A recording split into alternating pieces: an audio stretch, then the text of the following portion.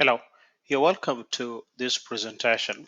I want to take you through one example from the chapter on inventory and overhead.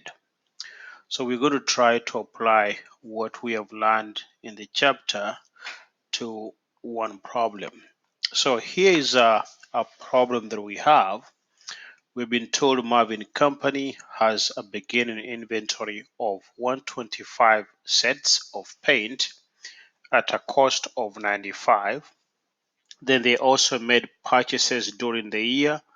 On March 1st, they bought 50 sets at 101. June 1st, they bought 65 sets at 98. On September 1st, they bought 75 sets at $90.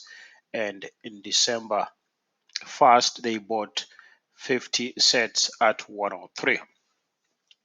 And then, of course, the question is asking us to determine we have also been told by the end of the year there was 150 sets that were sold. So during the year they sold 150 sets.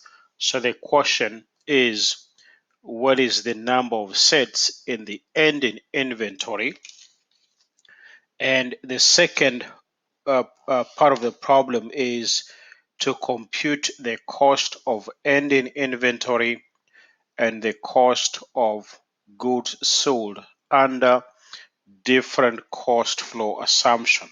Remember, we have covered LIFO, FIFO, and weighted average method.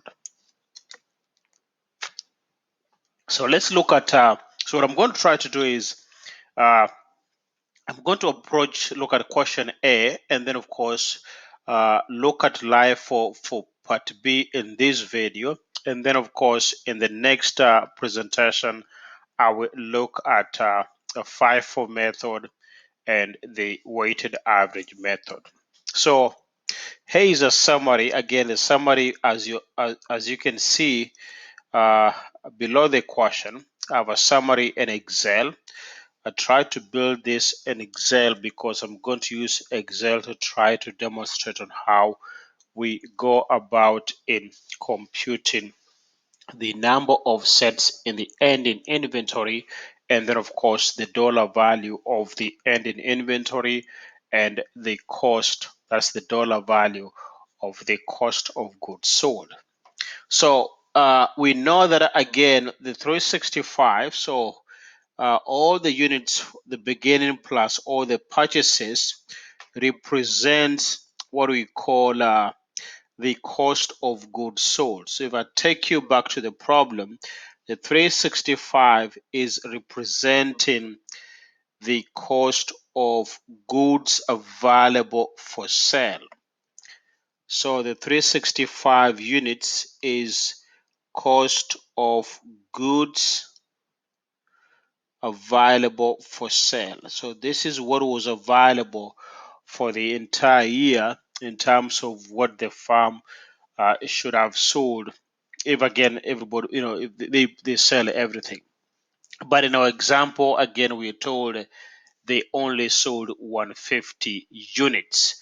So if there was 365 available for sale, then and they sold only 150, then this shows us that there is a 215 units that are left in the ending inventory. So to address our question 1 or part A is the number of units in the ending inventory is 215. Now for the cost of goods sold and ending inventory under the LIFO method, we know that they sold 150. So under LIFO, we mean that last in, first out. So the inventory that it came in last is going to be sold first. In our example here, the units that were bought in December, the 50 units will go first. So this 50 will be sold first. So the 50 will go and they sold 150. So it means then the 75 will go and then of course there will be remaining 25 units out of the 65. So here the farm will sell 25 out of the 65. So in terms of the cost of goods sold, then it's going to be the 50 units at a cost of 103 plus the 75 units that were sold at a cost of 90, and then the 25 out of the 65 whose cost is 98. So in terms of the cost of goods sold under LIFO, again, last in, first out, it means we sold the 50, the 75, and the 25 of the 65. So in terms of the cost of goods sold, so in this example, we sold, let me begin from the bottom. So it means, again, oh no, sorry, from the bottom here, it means the company sold the the 50 units, and the cost of goods sold, the cost is 103. So they sold those units, and then they also sold the 75 units at, and whose cost is 90, and they also sold 25 units. So the 25 units, but the cost of those units is 98.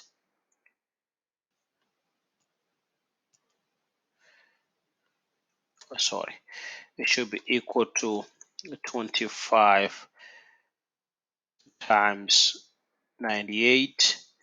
And therefore, in terms of the cost of goods sold, is going to be the sum of those three values.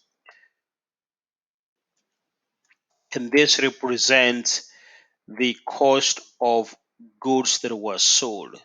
So that represents our cost.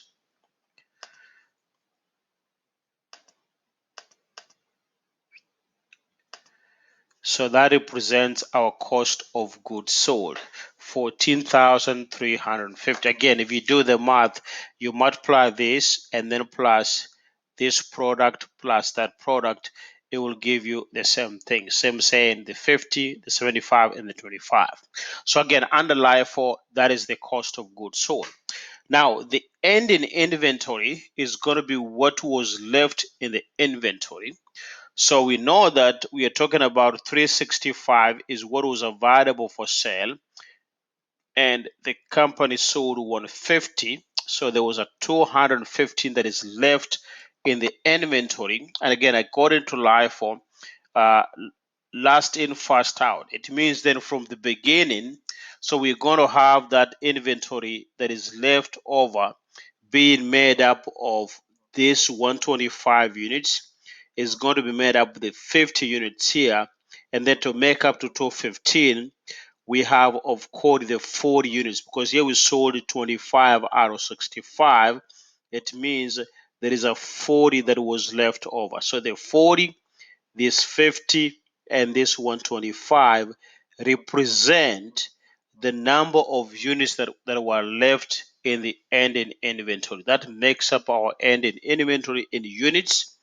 And in terms of the dollar value, then you're going to multiply uh, so in this you're going to multiply 125 by 95, and then you add 50 by 101, and then you add the 40 out of the 65 because you sold 25, the 40 times 98, and this will give you again the value of the ending inventory. Just to show you here, our ending inventory is going to be made up of the oldest items. So in this example will be the 125 times 995, and then the 50 units times 101, and then of course it will be the 40 units that are left out of those 65 times a cost of 98, and therefore our ending inventory has a value, the sum of those three values, and therefore our ending inventory is 2845.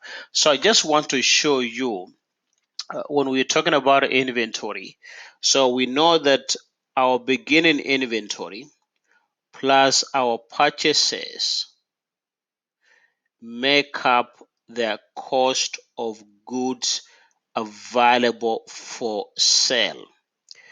And then out of this available for sale, uh, if you sold some goods, in this case we sold something, so the cost of goods sold, to determine the ending inventory, you take the cost of goods available for sale minus cost of goods sold, and this will give you your ending inventory. So in other words, what I'm saying, that beginning inventory at cost plus purchases